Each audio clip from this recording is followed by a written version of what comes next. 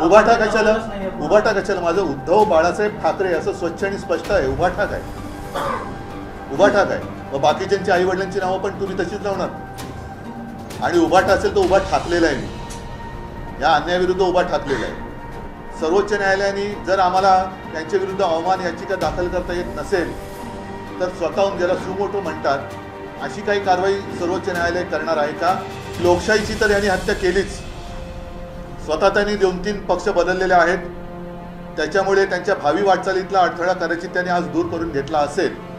पण ह्या नार्वेकरांनी आज जो काही निकाल दिला, काल आपल्याला सर्वांना कल्पना आहे की अनिल परब यांनी सर्वोच्च न्यायालयाने काय निर्देश दिलेले आहेत, काय एक चौकट दिलेली आहे, त्या चौकटीच्या अंतर्गत काय निर्णय घ्यायला पाहिजे अथवा काय चौकशी करायला पाहिजे हे स्पष्ट निर्देश सर्वोच्च न्यायालयाने दिलेले होते.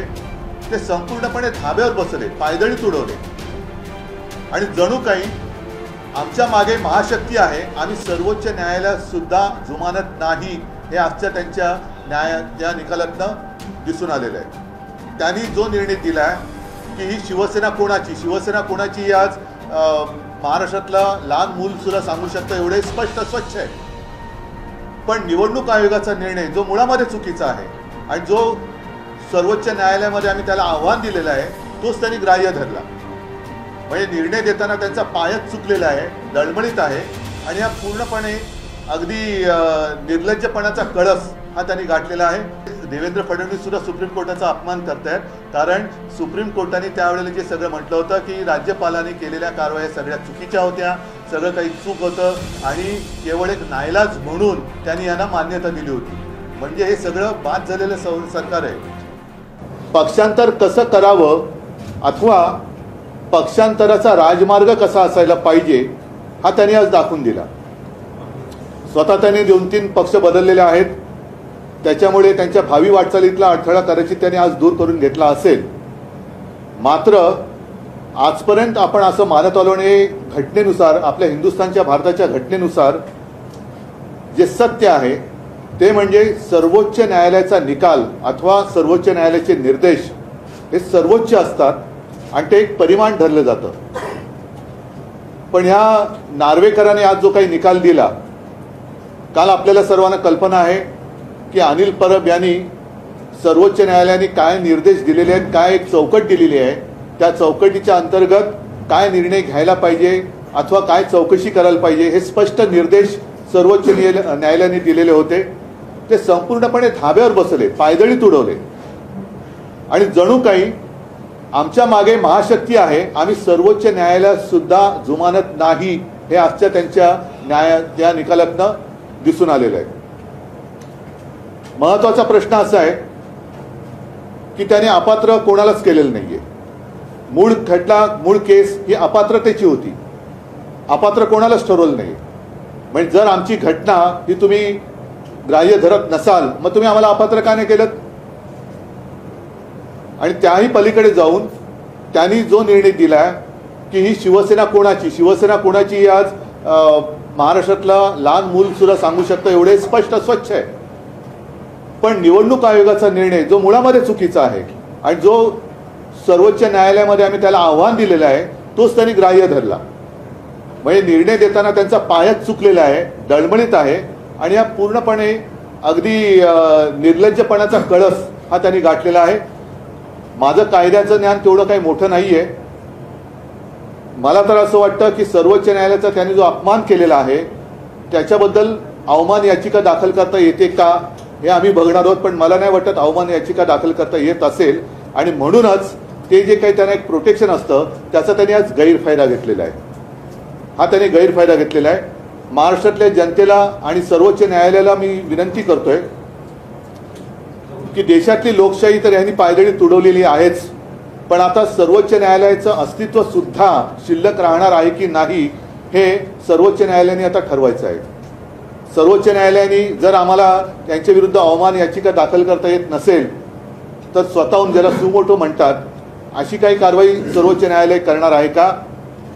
आणि नाहीतर काय होईल की आजपर्यंत जी एक प्रथा आहे आपल्या संविधानाप्रमाणे की कोणत्याही केसमध्ये यापूर्वी उच्च न्यायालय किंवा सर्वोच्च न्यायालयात कोणता निकाल लागलाय त्याच्याप्रमाणे त्या प्रकरणाचा ते एक बरोबरी करून निर्णय दिला जातो. असं असताना याच्या पुढे सर्वोच्च न्यायालयात अशा जर का काही केसेस आल्या तर मग ह्या लवादाचा निर्णय तिकडे मानला जाणार आहे का सर्वोच्च न्यायालयाने जो निर्णय दिला होता किंवा जो निर्देश दिले तो मानला जायला पाहिजे हे सुद्धा बघणं हे आता फार गंभीर ही बाब झालेली आहे आणि फार मोठं कुतूहलाची राहणार आहे. जून 2018 मध्ये जे तुमची नियुक्ती करण्यात आली होती ती नियुक्तीच अवैध आहे असं देखील अध्यक्ष तो त्यांचा अधिकारच नाहीये. कारण 2018ला जर का केलेली नियुक्ती त्यांना मान्य नसेल तर ते कोर्टाने त्यांना सांगितलेलंच नव्हतं. कोर्टाने आमचा व्हीप मानला होता, कोर्टाने आमचा गटनेता मानला होता. मग सुप्रीम कोर्टाने या सगळ्या गोष्टी न बघता केल्या असं यांचं म्हणणं आहे का?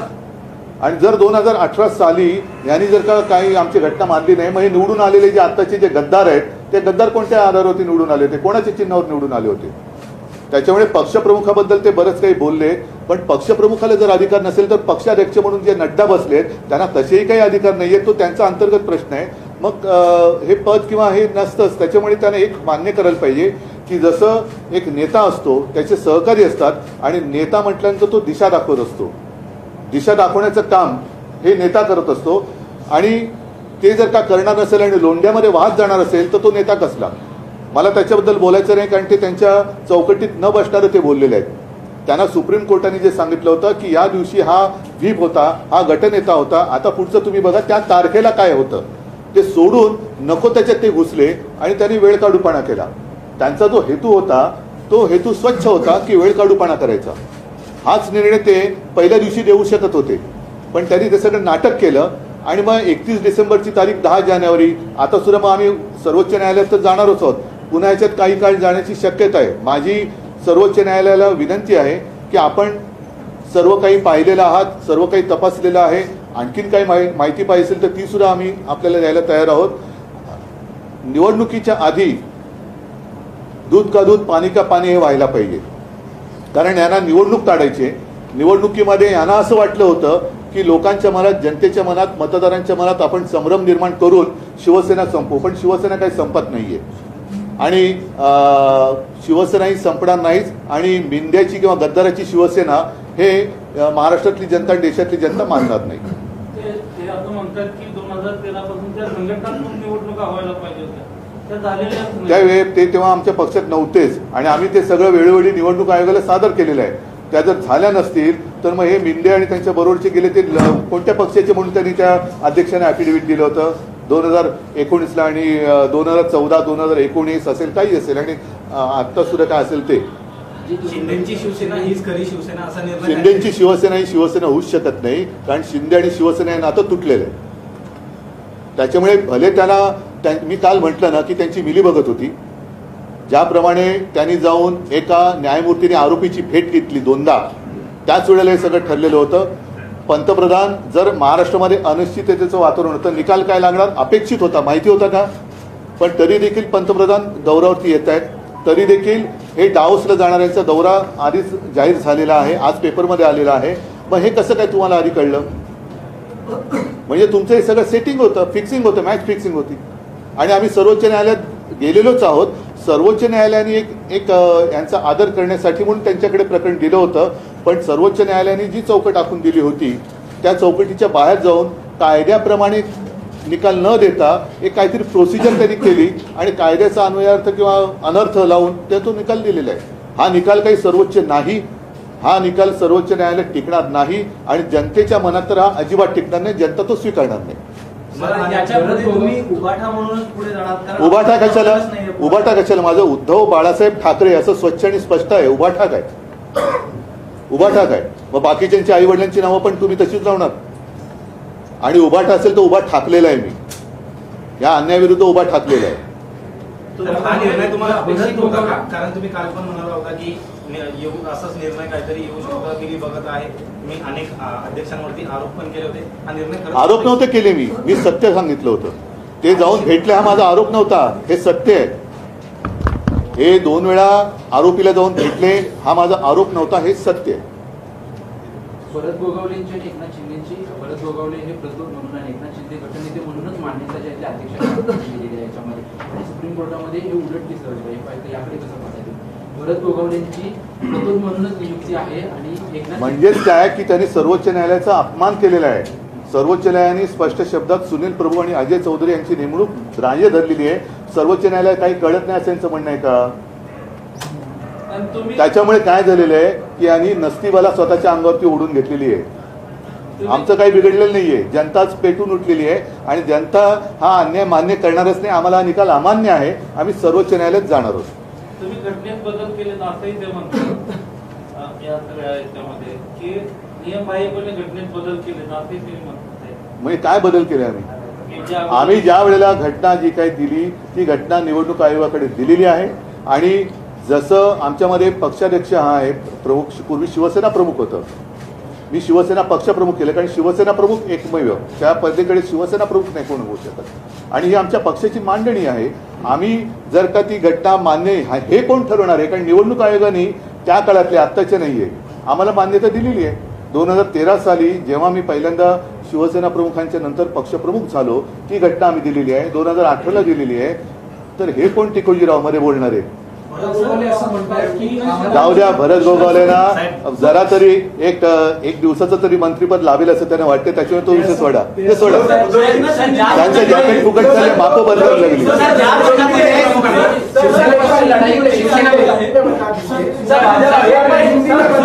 एक थांब ना आता हिंदीमध्ये. हा बोली तुम्ही नाही मुख्यमंत्री हे काय म्हणायचं त्याला काय शब्द आहे ते चुकी, म्हणजे सुप्रीम कोर्टाने तर त्यांना चुकीचंच ठरवलेलं आहे. त्याच्यामुळे ते त्यांची प्रतिक्रिया ही पण तशीच आहे, केराच्या टोपलीत टाकण्याची. काय त्यांना असं वाटत असेल घराणेशाही मोडीत काढली तर त्यांची गुलामशाही सुरू झालेली आहे. हे गुलाम आहेत, गुलाम. का जो है वो रिजल्ट डिस्क्वालिफिकेशन का वर्डिक्ट आ चुका है. स्पीकर नार्वेकर जी ने किसी को भी डिस्क्वालिफाई नहीं किया है. क्या कहना चाहते हैं? मतलब उनको, मुझे ऐसे लगता है कि जो जिम्मेदारी दी गई थी वो उनके समझ में नहीं आई. मामला सीधा था, डिस्क्वालिफिकेशन का था और इसलिए हम सुप्रीम कोर्ट में गए थे और सुप्रीम कोर्ट ने एक फ्रेमवर्क दिया था क्या होना चाहिए, कैसे होना चाहिए. और सुप्रीम कोर्ट ने हमारा व्हिप सुनील प्रभु और गुट का नेता अजय चौधरी, उसको उनकी जो हमने नियुक्ति की थी वो मान्य की थी. तो सुप्रीम कोर्ट ने कहा था कि इस फ्रेमवर्क में आप देखो कि उस दिन क्या था. तो उन्होंने वो छोड़कर नई अदालत उन्होंने की और सुप्रीम कोर्ट से भी कुछ अलग, या ऐसे उनको लगता है कि इतनी महाशक्ति उनके पीछे है कि सुप्रीम कोर्ट भी हमारा कुछ, उनका कुछ बिगाड़ नहीं सकती. और ये तो अन्याय नहीं, उनकी समझ के बाहर का ये शायद डिसीजन था, या ऊपर से जो आया वो उन्होंने किया है. और इसलिए मैंने कल प्रेस में कहा था कि ये इनकी मिलीभगत है. अब देखना ये होगा कि प्रजातंत्र की हत्या तो इन्होंने फिलहाल तो की है, सुप्रीम कोर्ट में ये टिकेगा नहीं, लेकिन क्या ट्राइब्यूनल सुप्रीम कोर्ट से भी ऊपर है या नहीं है, या सुप्रीम कोर्ट ही सुप्रीम है, वो अभी देखना होगा. देश में प्रजातंत्र रहेगा कि नहीं रहेगा. मैंने कई बार कहा है, जब हमारी दसरा रैली थी उस वक्त भी मैंने कहा था हमारे बारे में चलो 20 साल के बाद दे दो फैसला, हमें मंजूर है, लेकिन इस देश में डेमोक्रेसी रहेगी कि नहीं रहेगी. तो इन्होंने, इनका मानना ऐसे कि नहीं रहनी चाहिए. लेकिन अब दूसरा सवाल आया है कि सुप्रीम कोर्ट भी रहेगा कि नहीं रहेगा, या ऐसे ट्राइब्यूनल उसके ऊपर रहेंगे. तो अभी सुप्रीम कोर्ट के ऊपर सारी आशा है और जनता को तो ये फैसला मंजूर नहीं है. दो चीजें इसमें है. राष्ट्रीय कार्यकारिणी को ही कट्टर नेता को निकालने का अधिकार होता है, सर नार्वेकर ने कहा. ये पहला सवाल आपकी घटना में क्या कहा गया.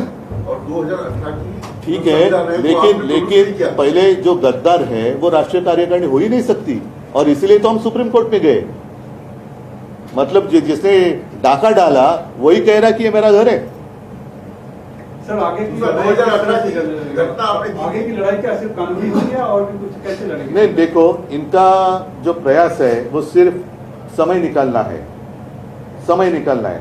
और मैंने जैसे पहले कहा कि एक तो पक्षांतर, जो पक्षांतर होता है, पक्ष बदली करने का कानून है, उसको अधिक मजबूत करना चाहिए था.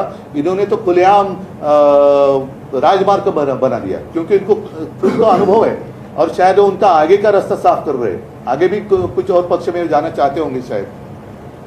तर ज्या पद्धतीने आपण बघतो की सर्वोच्च न्यायालयामध्ये सुनावणीमध्ये जवळपास वर्षभर केलं, त्याच्यानंतर आता राहुल नार्वेकरांनी अध्यक्ष म्हणून वर्षभर काढलं आणि ते सुद्धा सुप्रीम कोर्टने जर का त्यांना जर मुदत दिली नसती तर त्याने आणखीन म्हणजे जोपर्यंत नाही, मला एवढंच आहे म्हणून मी सुप्रीम कोर्टला विनंती करतोय की आपल्यासमोर ह्या सगळ्या गोष्टी झालेल्या आहेत. आपण सगळ्या गोष्टी ऐकून यांना स्पष्ट शब्दात आदेश दिले होते की या तारखेला सुनील प्रभू आणि हे होते, त्या दिवशी काय परिस्थिती ती बघा आणि तसा तुम्ही निर्णय घ्या. तो न घेता त्यांनी त्याच्या बाहेर जाऊन प्रोसिजर बघितली, घटना हे ते त्या दिवशी व्हीप कोणाचा होता? कारण जर तुम्ही मग काय चोरलं काय तुम्ही? आणि आजही माझं असं म्हणणं आहे की या लोकांमध्ये हिंमत नाहीये, स्वतःच्या ताकदीवरती स्वतःच्या वडिलांच्या नावावरती हे मतं मागू शकत नाहीत. म्हणून त्यांना माझा पक्ष आणि माझ्या वडिलांचा चेहरा लागतो. ह्यांना हे काय मर्द नाहीयेत, हे गद्दार आहेत. आप सामने लड़ाई की बात कर रहे हैं, क्या जनता के बीच में जाएंगे, जमीन पे भी जाएंगे? जरूर, जनता के बीच में हम तो जा ही रहे हैं. जैसे आज भी आदित्य कोल्हापुर में उस तरफ है, मैं भी 23 तारीख को नासिक जा रहा हूँ, 22 तारीख को कालाराम मंदिर में जा रहा हूँ, उसके पहले भी कहीं जाऊंगा, बाद में जाऊंगा. हम तो जनता में रहे हैं, जनता में रहेंगे, जनता और जनता के लिए, जनता के साथ लेकर, जनता को साथ लेकर हम लड़ेंगे. सर, विधानसभा संजय राऊत यांच्यामध्ये आपण म्हटलं आहे की आपलं सरकार पूर्णपणे संविधानिक मार्गाने स्थापन झालं. उपमुख्यमंत्री देवेंद्र फडणवीस यांनी म्हटलंय सरकार पूर्णपणे संविधानिक मार्गाने स्थापन नाही. सुप्रीम कोर्टाचे आज शिक्कामोर्तब झालं. नाही, त्यांचं म्हणजेच ते देवेंद्र फडणवीस सुद्धा सुप्रीम कोर्टाचा अपमान करतायत. कारण सुप्रीम कोर्टाने त्यावेळेला जे सगळं म्हटलं होतं की राज्यपालांनी केलेल्या कारवाया सगळ्या चुकीच्या होत्या, सगळं काही चूक होतं आणि केवळ एक नाईलाज म्हणून त्यांनी यांना मान्यता दिली होती. म्हणजे हे सगळं बाद झालेलं सरकार आहे. ठीक आहे, मला असं वाटतं की एवढं पुरे आहे. पुढची लढाई लढणार आणि आम्हाला खात्री आहे की अजूनही सर्वोच्च न्यायालय हे निपक्षपातीपणाने जनतेला, लोकशाहीला न्याय दिल्याशिवाय राहणार नाही. धन्यवाद. जय हिंद, जय महाराष्ट्र.